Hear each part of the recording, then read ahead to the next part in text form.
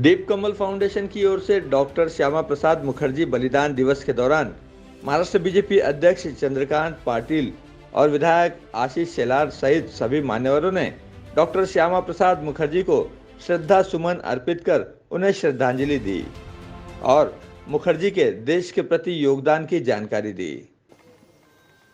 आणि आज मुद्दामून दीप कमल फाउंडेशनने ज्यांचा इथे सन्मान केला असे डॉक्टर प्राध्यापक अशोकराव मोडकजी, ज्या वीर माता शिंदेताई इथे उपस्थित आहेत की ज्यांनी आपल्या पोटी देशाला समर्पण करण्याची भावनेचा सर्वोच्च केवळ विचार नाही आचार केला, अशा आपल्या वीरमाता शिंदेताई, मंचावर उपस्थित भारतीय जनता पक्षाचे वरिष्ठ पदाधिकारी अश्विन व्यास, माजी उपमहापौर अरुण देव, कार्यक्रमाचं सूत्रसंचालन करणारे माजी नगरसेवक विनोद शेलार, या ठिकाणी उपस्थित असलेल्या मुंबई महानगरपालिकेतल्या नगरसेविका सुनीता मेहता, नगरसेविका श्रीकला पिल्ले, विशेष रूपाने जळगाववरून आमच्या इथं कार्यक्रमाला आलेले बबनराव चौधरी, भाजप मुंबईचे पदाधिकारी मनी बालन आणि या कार्यक्रमाचे सर्व आयोजक श्री अमरजीत मिश्राजी आणि उपस्थित बंधू भगिनी आणि मातांनो, आज बलिदान दिवस आहे। बलिदान दिवस म्हणजे श्यामाप्रसाद मुखर्जी यांच्या पुण्यस्मृतीची एका अर्थाने आठवण करण्याचा दिवस आहे। जगायचं कशासाठी आणि मरायचं कशासाठी याची प्रेरणा सतत आणि सातत्याने आपल्याला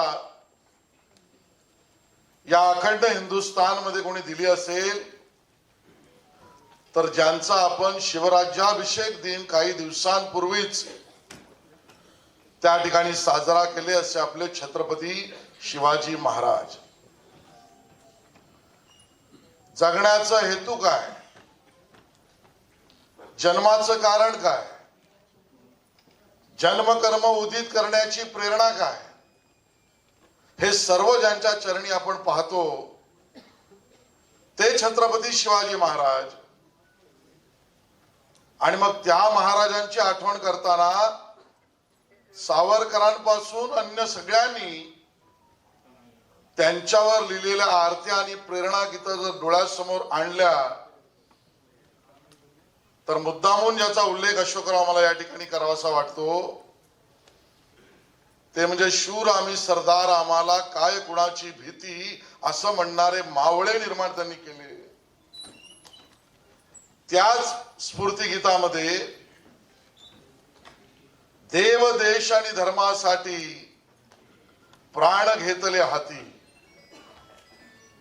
या देव देश आणि धर्मासाठी जगलं पाहिजे, प्राणाचं बलिदान दिलं पाहिजे, या छत्रपतींच्या जगण्यातना स्फुरण घेऊन घेतलेले स्वतंत्र भारतातील पहिलं बलिदान कोणाचं असेल तर ते श्यामाप्रसाद मुखर्जी यांचं आहे।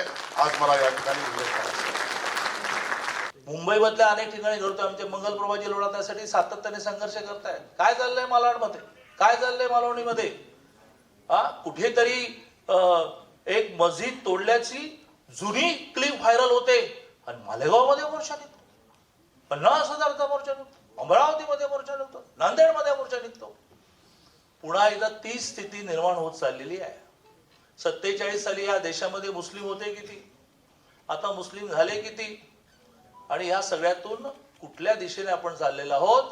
आणि त्यामुळेच श्यामाप्रसाद मुखर्जींनी जो मुस्लिमांच्या विरुद्ध, मुस्लिम लीगच्या विरुद्ध, ते एका बाजूने हे मांडणारे होते की या देशातल्या मुसलमानांनाही बरोबर घेऊन जायला पाहिजे, पण कसं बरोबर घेऊन जायला पाहिजे तर त्यांच्या मस्जिदचाही आम्ही सन्मान करू, आमच्या मंदिराचा तुम्ही सन्मान करा, तुमच्या कुराणाचा आम्ही सन्मान करू, आमच्या भगवद्गीतेचा तुम्ही सन्मान करा।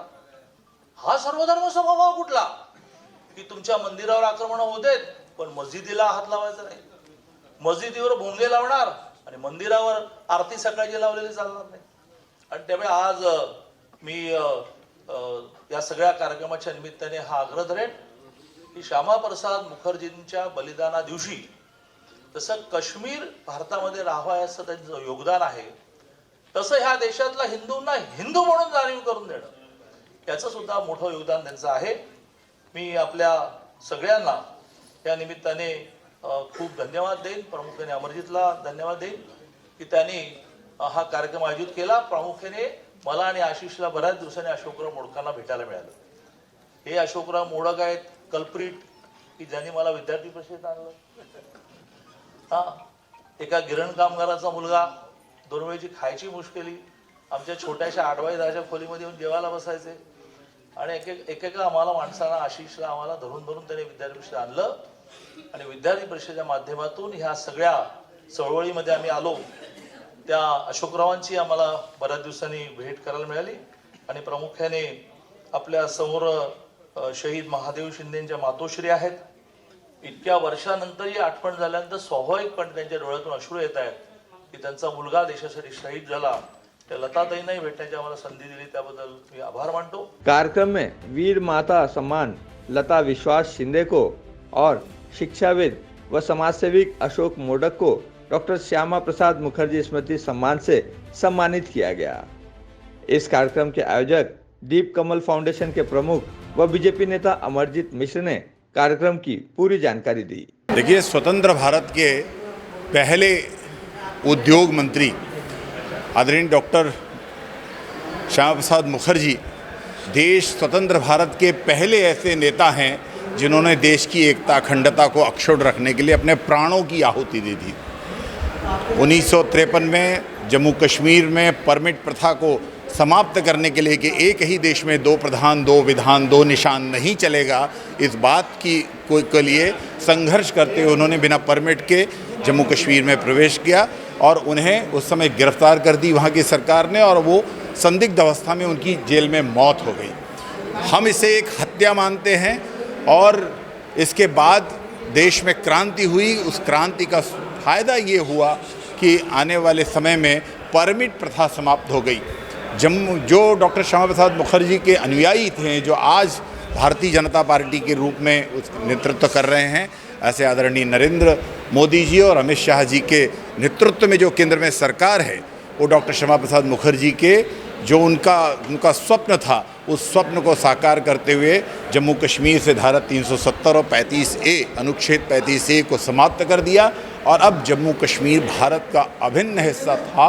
अब पूरे तौर पर वहाँ ही एक निशान, एक विधान और एक प्रधान मानने लगे हैं लोग और कोई भी देश का नागरिक वहाँ जाकर रह सकता है, काम कर सकता है, ज़मीन खरीद सकता है और जम्मू कश्मीर का नागरिक भी देश की मुख्य धारा में आया है. ये संदेश जो सांस्कृतिक राष्ट्रवाद का था, जो हिंदुस्तान में पेड़ पौधे यहाँ तक कि ज़मीन का जो एक टुकड़ा मात्र नहीं होता बल्कि यहाँ के पहाड़ भी पूजे जाते हैं. यहाँ आप देखेंगे कि लंदन में एक नदी है थेम्स, उसको थेम्स मैया नहीं कहते लेकिन हमारे देश में गंगा नदी को गंगा मैया कहते हैं. ये जो संस्कृति है, इस संस्कृति को आज भी पुष्पित पल्लवित करने के लिए ये संदेश सांस्कृतिक राष्ट्रवाद का आम नागरिक में, आम लोगों के बीच में जाए, इसके लिए दीप कमल फाउंडेशन, जनसंघ का दीप और भारतीय जनता पार्टी का कमल, इसके बीच जो लंबा संघर्ष काल था, उस संघर्ष काल से नई पीढ़ी को अवगत कराने के लिए दीप कमल फाउंडेशन एक प्रयास कर रहा है.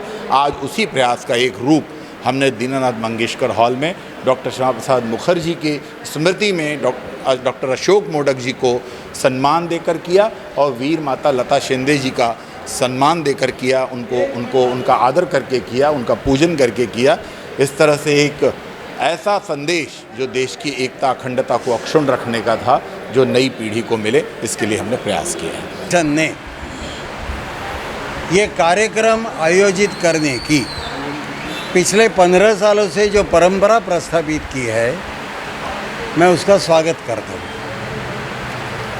एक तो इस परंपरा के कारण डॉक्टर मुखर्जी जैसे, पंडित दीनदयाल जी जैसे श्रेष्ठ देशभक्त इस भारत भूमि में हुए, उनकी पुण्य स्मृति जगाई जाती है.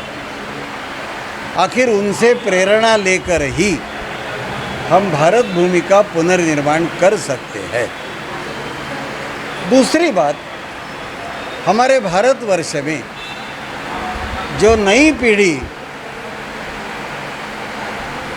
सभा में, सम्मेलनों में उपस्थित होती है, उस पीढ़ी के घटकों का हर बार प्रबोधन करने की भी ज़रूरत रहती है। अमरजीत मिश्रा जी दीप कमल फाउंडेशन के माध्यम से जिन कार्यक्रमों की योजना करते हैं, उनके कारण ये जन प्रबोधन का भी काम होता है। और तीसरी बात, आखिर दीप ये निशानी जनसंघ की थी, जबकि कमल ये चिन्ह भारतीय जनता पार्टी का है। भारतीय जनता पार्टी आज पूर्ण भारतवर्ष में जो प्रभाव उत्पन्न कर सकी है, उसका मूल कारण उसका जन्म जनसंघ से हुआ है। मैं दीप कमल फाउंडेशन को इसलिए धन्यवाद देता हूँ कि उन्होंने दीप और कमल दोनों का संगम करके अपना कार्य आगे बढ़ाया है। श्रेष्ठ देशभक्त